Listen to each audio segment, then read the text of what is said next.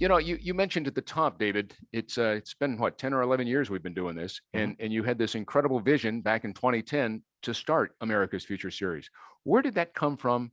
And as you look back, what are you proudest of, or what's the most rewarding or impactful part of what you've done over the last decade plus that comes to mind for you?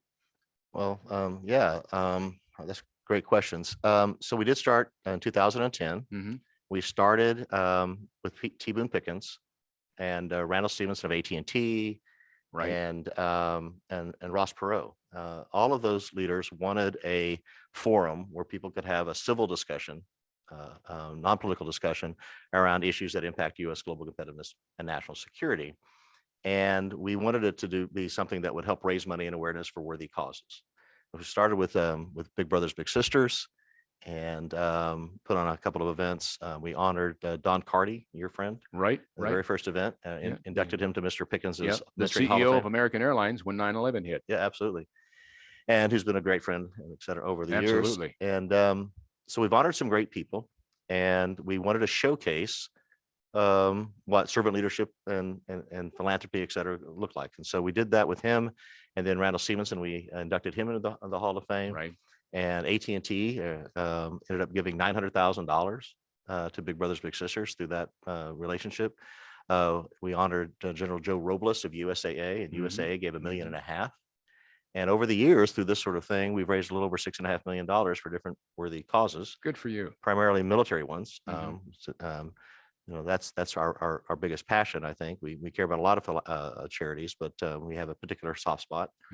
And being associated with JD Enright and some of these great sponsors, et cetera, who are doing something, instead of just talking about, gosh, it's really important that America stay ahead, that we have the best technology, that we arm the warfighter. I'm very excited and always very satisfied to see that, hey, we're making a difference. We're connecting companies like theirs with the military, et cetera, that they're doing business together. Things are moving forward, that we're connecting leaders with NATO and America and the United States to, foster interaction and collaboration. And we've done that. We had the 4-star general who leads the British Army, General Sir Mark Carleton Smith. He was on with General Murray of the Army Futures Command. And that has helped, improve relationships in some small way. And so we're proud of that. So it's a little hard to say what we're most proud of. I'm proud of the fact that we've helped a number of worthy causes. And one of those worthy causes, to my mind, is ensuring that America remains the strongest, helping make America a stronger, more noble, and more generous country, which is ultimately our mission. But and to that end, I would like to showcase the Dixon Center. We just came from 4 days with the Dixon Center for military services, led by a good friend, Colonel David Sutherland. That's down in Florida. This event was in Florida, and they're all over the country, and they're sort of the Good Housekeeping seal of approval, Really? and if you will, the Guide Star or Charity Navigator for military and veteran philanthropy. They're like BASF. They don't make the thing, but they make the thing better. They make whatever is better. They're a force multiplier, and that's what we want to be. I looked at Dallas-Fort Worth in 2010, and there were 28,000 charities. 28,000 registered with the IRS. Wow. Most of which were not doing much. Right. Okay. So we said, so why reinvent the wheel? Let's help the best wheels roll faster.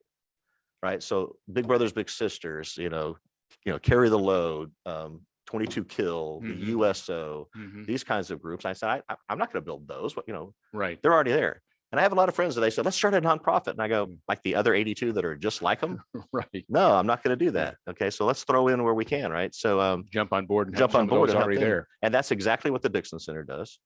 And the Dixon Center was charged with helping a rather wealthy individual distribute $256 million to 55 different charities. They picked the charities, which ones were the most effective, et cetera. And they also helped those nonprofits do more, to get more out of those, to steward those dollars, et cetera. Right. Great concept. It's a great concept. And start new programs or make programs better or tie people together. So they're the glue. They're the Sherpa guide. They're the and so like our program very much, they don't want to reinvent the wheel. They want to help the best wheels roll faster. And we spent 4 days with Colonel Sutherland, whose story we joked that we had to come back and rest up because we were so emotionally drained from the thing. Right. What was funny was we all kind of said there must be something in the hotel's air, because everybody's eyes were watering the whole time, right?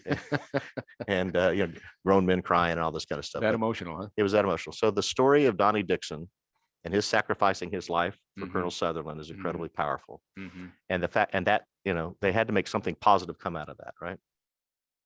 I can't do it justice, but if you ever hear Colonel Sutherland speak, and this, that when he made this speech, he talked about Donnie Dixon sacrificing his life and taking his place in a sniper shooting Dixon instead of Colonel Sutherland, and him dying in his arms. When we were in Dallas, that took place at a Ben's meeting with Roger Staubach there, and Chris Kyle, the Navy SEAL, and all these other, and wasn't a dry eye.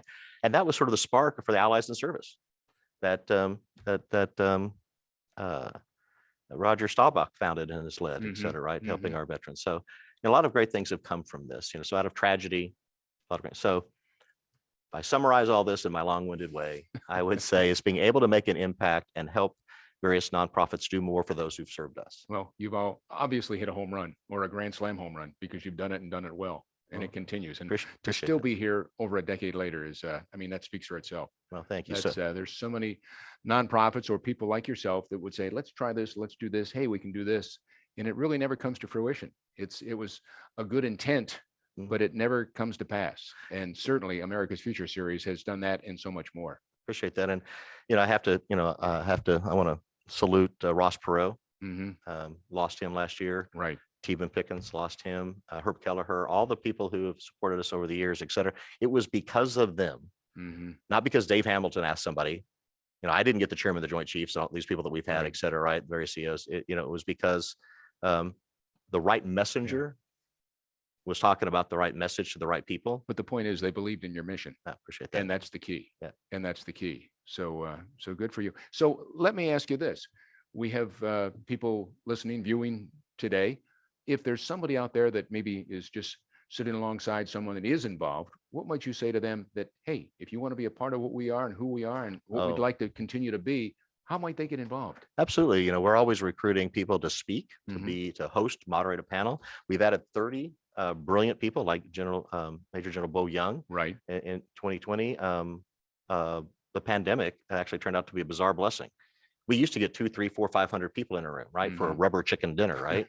Right. Now there are over 1,000 people here today. Yeah. And we Just got 4 or 5 wherever they want to sit. wherever they want to sit. And in April, we had 5,000 participants for our series then. So anyway, enough of that. I know we probably got to move on with the show, but you're very kind to ask. And again, thank you for all your support. No, I'm here because I believe in the mission, and certainly our friendship over the years continues to grow, but it's just the respect that I have for you and what America's Future Series has become, that I'm still here. So appreciate you doing thank that. you on behalf of everybody out there that I'm sure feels the same way.